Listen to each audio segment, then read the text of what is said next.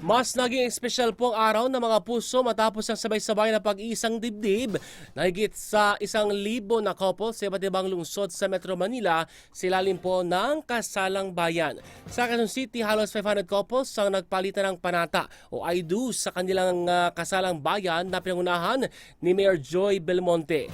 Binigyan din po ng alkalde na mahalaga ang pag-aalaga, katapatan at pagpapatibay ng pagsasama sa hirap at sa ginhawa.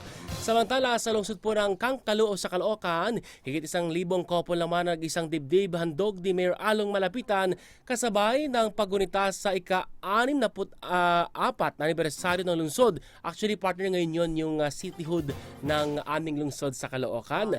Habang sa lungsod Pasig naman, nasa 30 couple ang kinasal sa seremonya na personal pong pinangasiwaan ni Mayor Vico Soto.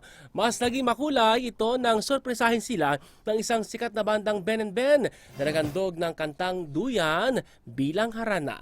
Layon po ng Kasalang Bayan na bigyan ng libre at legal na seremonya ang mga magkaparehang may limitadong pinansyal habang pinapatibay ang pundasyon ng pamilya sa ating komunidad.